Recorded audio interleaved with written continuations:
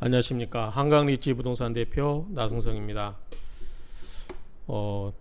주택 임대차 보호법에 대해서 이제 어제 보니까 국회에서 법안이 통과가 됐습니다. 그래서 아마 오늘 7월 31일자로 국무회 의결을 거쳐서 시행을 할 것 같아요. 그래서 보면은 기사들 보면은 이제 인터넷 자세하신 분들에게 인터넷 네이버에서 검색을 해보시면 될 것 같고요. 그 다음에 이제 그 의안정보 시스템에 가서 보셔도 되고, 어쨌든 이제 그 법을 가지고 간단하게 내용을 보도록 하겠습니다.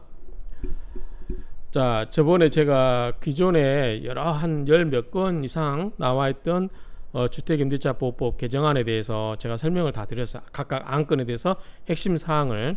그런데 그 중에서 이제 일부 채택된 내용도 있고 그렇지 않는 내용도 있는데 한번 그 내용을 보도록 하겠습니다. 자, 제한 이유는 지금 현재 주택시장이 불안정하기 때문에 이거를 잠재우기 위해서 최대한 빨리 진행을 해서 속전속결로 처리한 것 같아요. 이건 아무래도 국민들이 그 더불어민주당의 안정적인 운영을 할 수 있도록 다수의 표를 준 결과가 아닌가 싶어요. 옛날처럼 미래통합당의 동의를 받아서 같이 해야 되는 상황이라면 이렇게 빨리 속전속결이 안 됐겠죠. 어쨌든 좀 이 안건에 대해서 미리서 이야기 나와 있었고, 제가 이 안에 대해서 미리서 충분히 설명을 드렸기 때문에 충분히 이건 특별하게 법적 쟁점이 있는 건 아니고 정책적인 법 이론적인 부분이 아니고 정책적인 부분이기 때문에 속전속결로 이루어진 것에 대해서는 나름대로 이유가 있다고 봅니다. 그 다음에 이제 가장 핵심적인 게 이제 현행 2년에서 계약갱신 청구권이, 이 계약갱신 요구권이 현행 2년에서 4년으로, 그래서 한 번 더 원플러스 내가 살겠다라고 하면 그거를 법적으로 보장해 주겠다라고 하는 거예요. 다만 예외 사유로 임대인이 특별한 어떤 법에서 정하고 있는 사유나 또는 실제로 자기나 자기의 존비속이 거주하기 위해서 이주하는 경우, 그런 경우에 는 이제 갱신거주권을 요구할 수 있죠. 그럼 또 일부 위에서 이야기해요. 그러니까 막 신문에서 보면은 말도 안 되는 소리 하는데, 방송에서 보면은 그러면은 집값을 올리기 위해서, 집값을 좀 더 올리기 위해서 그 세입자를 내보내기 위해서 자기가 그 집에 들어가겠다. 그럼 현재 자기가 살고 있는 집을 공실로 놔둡니까? 돈 보증금 더 얼마 받자고? 아니면은 그 다른 이사 비용들 발생하잖아요. 그렇기 때문에 또 이사 왔다 이사 가고 그런 부분이 있기 때문에 그런 좀 억지인 것 같아요.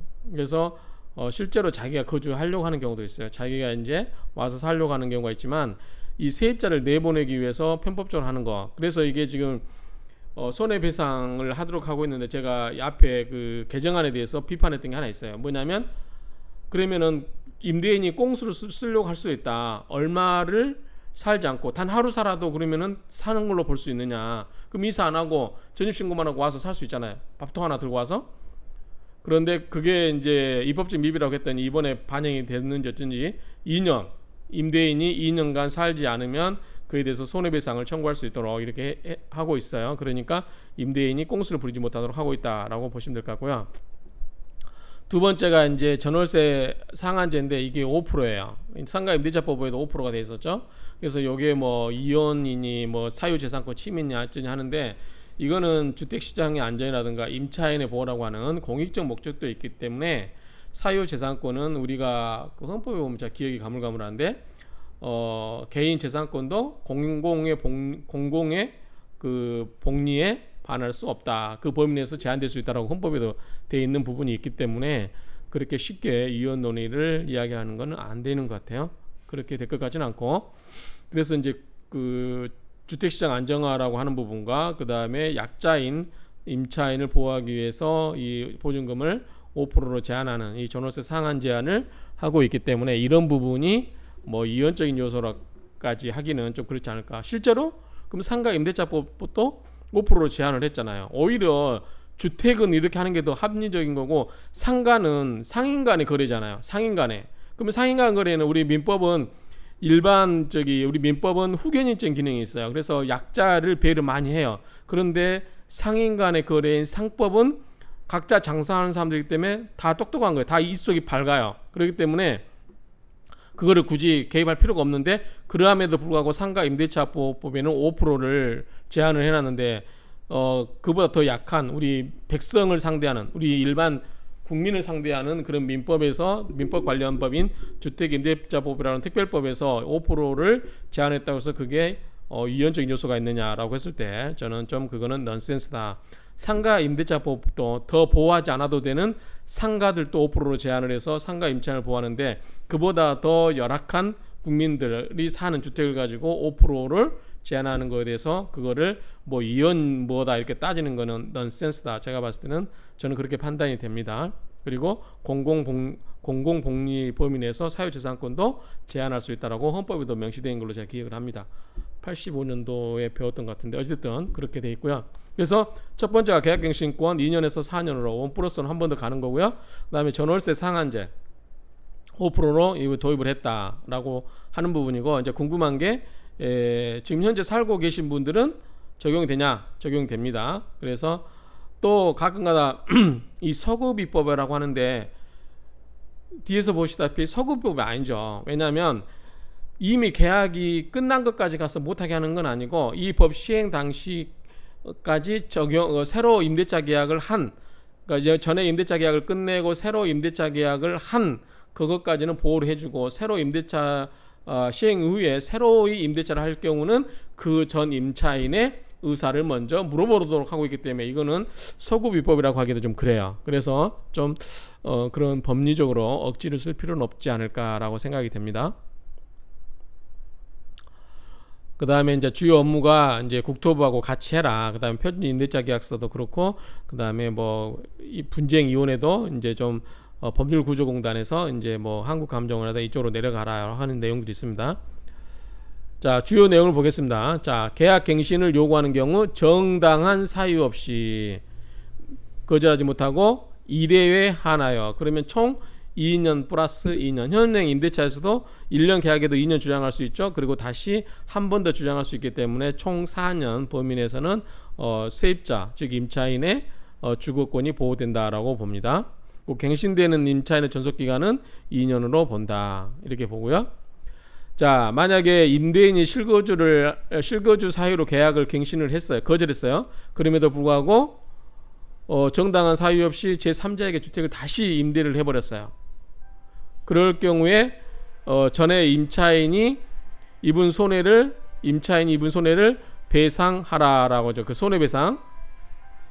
자, 손해배상액은 구체적으로 어떻게 할 거냐? 자, 차임 등의 증액 상한을 약정한 차임이나 보증금의 20분의 1 금액을 하되 이건 이제 5%죠. 자, 20분의 1이니까 이거는 5%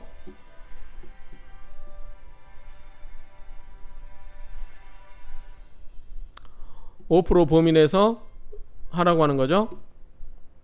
올릴 수 있는 폭이 5분의 1이고 그 다음에 서울시나 광역시 특별자치시 이런 경우는 조례로 5%가 더 낮게 설정할 수 있다고 해요. 그러니까 이제 서울시 같은 경우는 어떻게 할지 모르겠어요. 서울시 이제 조례니까 서울시 의회에서 이제 5% 이내고 서울시는 예컨대 3% 해라 그러면은 3%로 제한이 되는 겁니다. 그래서 5%가 한도를 정하고 그 범위 내에서는 기타 지방자치단체의 조례로 정할 수 있다라고 되어 있습니다.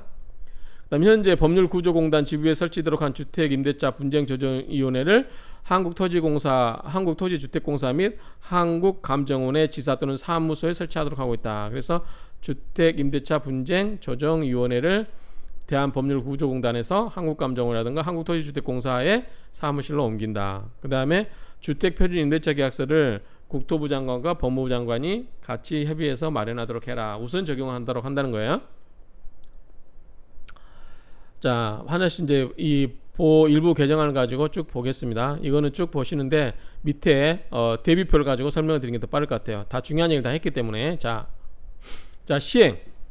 이 법은 공포한 날로부터 시행을 해요. 공포한 날로부터. 다만 8조 2 이런 것들은 이제 3개월이 지난 다음인데 계약 갱신 요구 등에 관한 적용례에서 6조의 3, 7조의 개정 규정은 시행 당시 중인 임대차 계약도 적용된다. 이게 무슨 말이냐면 예컨대 우리 이제 아크로를 예를 들면 올 12월에 만기가 돼요. 12월 아니면 12월에 만기가 되는 계약이 있다고 하면 이분 우리 옛날에 임대인은 6개월에서 1개월 사이에 계약 해지하고 그다음에 세입자는 1개월 전에 나가겠다고 하면 돼요. 1개월 전에. 그러면 12월 30일이라고 가정하면 11월 30일까지만 됐는데 법이 이미 벌써 8월 달부터 시행을 하고 있다. 그렇죠? 8월 달부터 시행을 하고 있으면 임차인은 어떻게 돼요? 아직 내가 어떻게 할지 의사결정이 안 됐다. 그러면 기다렸다가 내가 11월쯤 아니면 10월쯤에 나 한 번 더 살게요라고 이렇게 주장할 수 있다라고 하는 거예요. 그래서 지금 현재 세입자도 아직 계약이 안 된 새로운, 그러니까 내가 그만 살고 나가겠다 또는 집주인이 그만 살래라고 물어보고 아니면 보증금 올려주지 않으면 계약 그만 끝내자라고 해서 동의를 했다. 그러고 나서 새로운 계약서를 썼다. 그러면은 세입자는 주장을 못 하는 거고, 이미 이제 오늘 이후에 주인이 와서 그만 살고 나가라, 나 임대료 올리겠다라고 했을 때 싫어, 나 내 권리 행사할래, 이렇게 할 수 있다는 거예요. 지금 사전에 지금 오늘 날짜 이전에 법이 통과돼서 시행이 아마 오늘부터 할 것 같아요. 꼭 해버리면 그 전에 임대인하고 임차인 간에 계약 갱신에 관한 합의를 하고, 그 다음에 그에 기해서 임대인이 새로 계약자를 찾았다, 그리고 계약서를 썼다. 그러면 현재 세입자는 나 이거 권리 주장할래라고 못하지만, 아직 그런 단계가 아니라면, 아직 기간이 한 달 이상 남았다 그러면은 임차인은 한 달 전에만 통보해주면 되니까, 그러면 나는 9월 달부터 해당했죠. 그러면은 나는 만기가 9월 이후인 경우는 나는 이 권리를 행사할래라고 임대인한테 주장하면 내보낼 수 없다라는 얘기가 되죠. 자, 대비표를 볼게요. 자, 계약갱신의 요구입니다. 계약갱신 요구인데 어떨 경우냐? 정당한 사유. 자, 임차인이 이익이 차임액 월세인데 두 번에 해당되는 금액을 이르도록 연체한 사실이 있다. 그러면 이건 빨리 지불하는 게 낫겠죠. 이거는 연달아서 한 게 아니라 두 번의 차임액에 해당하는 금액이기 때문에 전에 일부씩 준 금액들이 누적돼서 이익이 예컨대 한 달에 100만 원이면 지금까지 총 못 준 금액이 200만 원이다. 그러면 여기 해당될 수 있겠죠. 그 다음에 임차인이 거짓으나 그 밖에 부정한 방법으로 임차한 경우, 그 다음에 요거는 뭐 큰 의미가 없을 것 같고, 서로 합의하여 임대인이 임차인에게 상당한 보상을 주고도 나가달라 해서 이미 보상을 제공하기로 한 경우, 이런 경우는 상관없고요. 그 다음에 임차인이 임대인의 동의 없이 목적의 주택의 전부 또는 전부를 전대한 경우.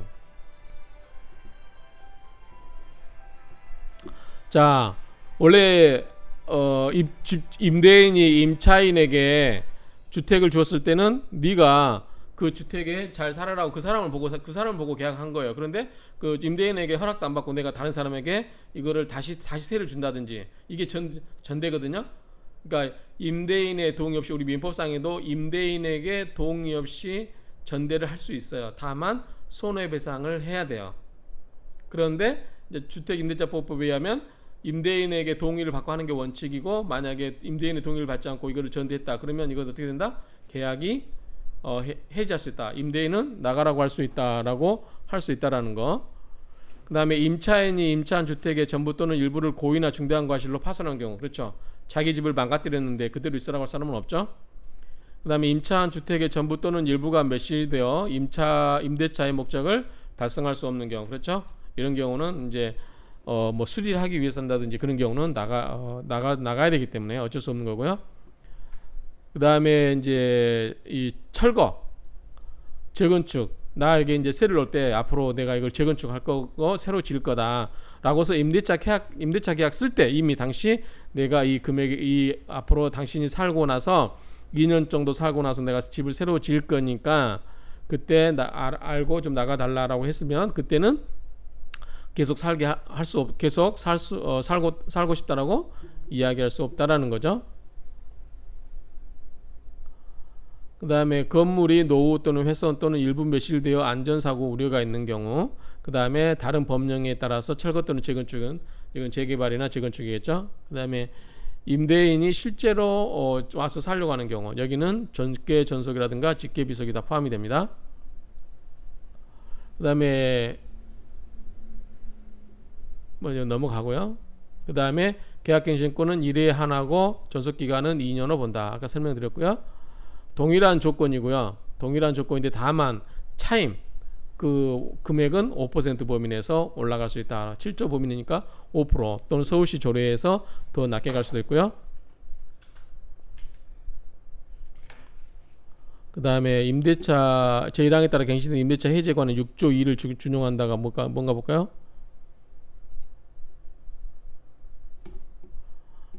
6조의 2. 6조가 묵시적 계약의 경우에 관한 계약의 해지네요. 계약의 갱신인데 6조의 묵시적 계약의 경우고 계약의 해지 이런 경우는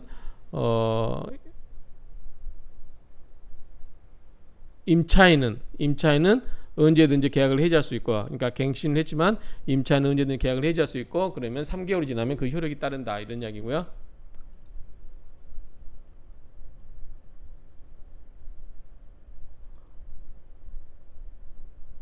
자, 이 8호가 뭐냐면 이거예요. 아까 그 직계 임대인이 직접 산다고 했을 때 이 8호가 직계 산다고 했을 때 내가 살게 하고 나가라고 달라고 했는데 실제 내가 안 살았어요. 그리고 제 3자한테 주택 목적 주택을 임대를 해버렸어요. 그런 경우는 이런 경우는 손해를 배상하는데 손해배상은 어떻게 되냐? 자, 거절 당시에 당사자 간에 손해배상 예정에서 합의가 없다. 그러면 다음 금액으로 큰 금액이에요. 다음 중 큰 금액으로 한다. 자, 만약 계약 갱신 거절 당시에 월 차임 차임에 보증금 있는 경우는 그 보증금을 7조의 2 각 호의 낮은 비율에 따라 그 월 단위 차임으로 전환한 금액을 포함한다. 예컨대 7조 2를 보면 월 차임 전환 시 산정률의 제한이에요. 그래서 전환하는 경우는 다음 각 호 중 낮은 비율을 곱한 월 차임을 한다. 그러는데 은행법에 따른 대출금리 해당 지역 경제여건을 고려 대통령이 정하는 비율이 이게 몇 프로냐면 1%에 연 10%인가요 이게? 연 1할이에요. 그러니까 연 10%. 그 다음에 2호 보면 한국은행에서 공시한 기준금리 대통령으로 정하는 이율을 더한 비율. 자, 이게 대통령 정한 비율이 2%가 3.5%예요. 그러니까 은행 금리에다가 요걸 더하면은 되겠죠. 그래서 공시한 기준금리에 이 정한 기준을 더하는데 예컨대 4%로 가정할게요. 예를 들어서 그러면 어떤 효과가 있냐?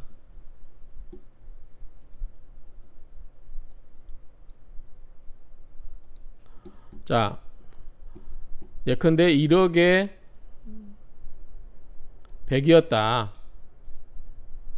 그런데 나가서 쫓아내려고 내가 와서 살겠다라고 했어요. 그런데 나중에 보니까 다른 사람한테 세를 더 높게 받으려고 했을 경우 얼마냐? 요거 1호에 따르면 자, 차임과 보증금이 1억이기 때문에 아까 4% 보면 얼마죠? 연 4% 보면 400만 원이죠. 400만 원을 나누기 12 맞는지 모르겠어요. 12 하면 대충 한 30만 원 되나요? 30만 원 30만 원 넘는데 30만 원 할게요. 그럼 두 개 합치면 130이에요. 요거 거를 몇 달 거? 3개월치 대략 계산하는 겁니다. 그러면 대충 한 390이 대 400이라고 볼게요. 400만 원이나 두 번째, 임대인이 제3자에게 임대하여 얻은 환산 월 차임액과 계약 갱신 거절 당시 차액 2년분 해당되는 금액. 자, 이거를 올렸다. 1억에 월세를 150으로 올렸다. 그럼 얼마죠? 50만 원 차이가 나죠. 50만 원 곱하기 12개월 곱하기 2년 하면 얼마죠? 1200이죠. 1200. 이 둘 중에 어느 거 된다? 둘 중에 큰 거. 그 다음에 이제 1호 사유로 인한 계약 갱신 거절로 인해서 임차인이 입은 손해는 뭐가 있을까? 예컨대 수수료. 예컨대 부동산 중개 수수료 1억에 150, 1억에 100이면은 얼마나 될까요? 대충 금액이 적겠죠? 그냥 계산해 봐야 되는데 200이라고 가정할게요. 대주축 플러스 이사 비용 300만 원. 이사비도 한 200만 할까요? 그러면 이것도 400. 요 금액 중에서 세 개 중에 큰 걸 한다는 거죠. 그러면 이거 해당되겠죠. 그렇죠? 그래서 이 금액 큰 걸로 하기 때문에 1200의 손해배상을 물어주라라고 할 수 있어요. 저는 그냥 이거를 계정 설명에서는 이게 월 차임이 아니라 월 전환 전환이 아니라 그냥 보증금을 했는데 이게 월 차임으로 전환한 금액의 3배 내지 최대 금액 갖고 한다라고 이렇게 정리를 하시면 될 것 같아요. 차임 등의 증감 청구권은 올릴 수 있는데 다 1년 이내는 하지 못하고요. 그 다음에 5%로 하고, 그 다음에 아까 이야기한 것처럼 특별시, 광역시 이런 경우는 어떻게 한다? 여건 등을 조례해서 여건들 고려해서 조례로 정하면 된다. 그래서 5%를 한도로 그 이내에서 정할 수 있다. 주택임대차위원회는 뭐 현재는 이제 여성에 관한 부분이 없기 때문에 성별을 고려하라 뭐 이런 것들이 있고요. 그 다음에 분쟁조정위원회를 지금은 대한법률구조공단인데, 대한법률구조공단에서 한국토지주택공사라든가 그 다음에 한국감정원에 따른 그 사무실로 옮길 수 있다. 그 다음에 조정위원회도 성별을 고려해라 뭐 이런 얘기 있고요. 그 다음에 주택임대차 표준계약서 요거를 법무부 장관하고 국토부 장관이 같이 협의해서 주택표준임대차 계약서를 우선적으로 적용한다. 이게 있어요. 자, 우리가 지금 계약서는 마음대로 쓰죠. 근데 이제 한국공인중개사협회에서 이제 정한 계약서가 있고요. 그 다음에 이 계약서 외에도 이제 우리 임대차 주택 있죠. 주택 임대차 하는 거, 그런 경우는 그렇게 하고 있다라는 거. 그래서 그런 부분을 고려하시면 될 것 같아요. 이제 표준 임대차 계약서가 있거든요. 그런 것처럼 이것도 주택 임대차 표준 계약서가 있는 걸로 보입니다. 어쨌든 이상으로 이 주택 임대차법에 대해서 주요 쟁점을 가지고 설명을 드렸는데요. 신문 기사 보니까 오늘부터 아마 다음 주라니까 아마 8월 1일부터 시행되지 않을까 싶고요. 아무튼 이제 그 현재 살고 있는 세입자분도 그 권리, 그 세입자가 임대인에게 내가 동의해줄게, 새로운 세입자 구하세요라고 해서 새로운 세입자를 구해가지고 계약이 맞춰졌다라고 하면 그 계약대로 가는 거고요. 아직은 동의를 안 해줬거나 그랬으면 다시 주택임대차보호법상 갱신 청구권을 행사할 수 있고, 거기에 대해서 이제 그 여러분의 세입자 권리를 주장할 수 있는 부분이 있다라는 점, 그리고 임대인 입장에서도 좀 이제 합의하면 될 것 같기는 해요. 그러니까 그거는 서로 두 분 간에 안만하게 합의를 하시는 게 제일 좋은 것 같습니다. 이상으로 주택임대차법에 대해서 마치도록 하겠습니다.